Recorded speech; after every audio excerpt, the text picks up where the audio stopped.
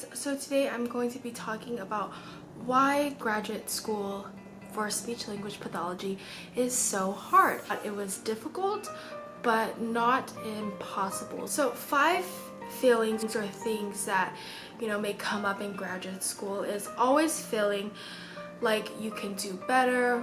You're always trying to outcompete yourself. Like an example of this is you're in the session and you're planning the session for that day and it didn't work out. Maybe the client's not interested, maybe they're having a bad day. You kind of pin it on yourself, saying, oh, maybe I could have done this better, maybe I could have done that better. You're always critically analyzing yourself and how you could have improved that session. They want you to be able to critically assess yourself. It gets hard because you're already analyzing yourself very critically. One thing that you can do is tell yourself things that you did that were positive and then go and analyze those things that maybe you could have changed. Give yourself that credit for doing those good things.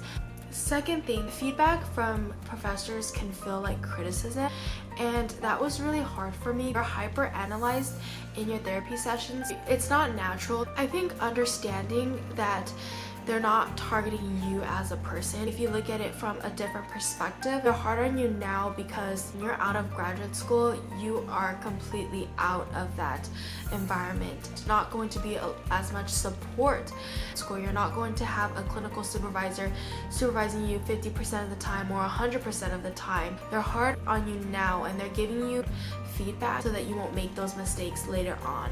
Feeling negative about grades. Graduate school grades do matter, but it's not necessarily about being like an A student, more so about your clinical skills. And it could make you feel really bad when you don't have time to really study for an exam. It's the next day and you're cramming. In my opinion, I feel like it's impossible to have time to put 100% in your clients, 100% in school, and 100% in soap notes and documentation. That's a lot, and you only have a certain amount of your max capacity, and that's okay. It's okay to want to take a minute to breathe. We're not robots. Don't feel like you don't deserve it, because you do, and it's okay if you have to push back on something so that you can be your best self. Constant internal comparison to other members in your cohort. When you're struggling, you feel like you're the only one struggling and everyone else is doing fine. But I just want you to know that that's not true. If you are going through this, someone else is probably going through it too, so you're not alone. Don't compare yourself to other people because everyone's walk is different. Some undergrad programs are very competitive and you are competing against like hundreds of other students to get into graduate school. You're not really competing anymore. You are basically just trying to be the best clinician you can be for yourself and for your client. There's a need for different personalities in this field.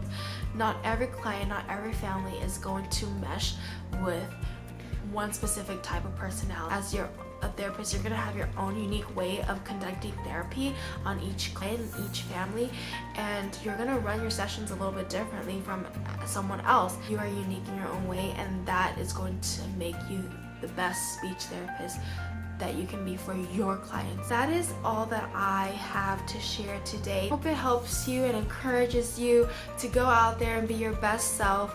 Talk to you guys next time.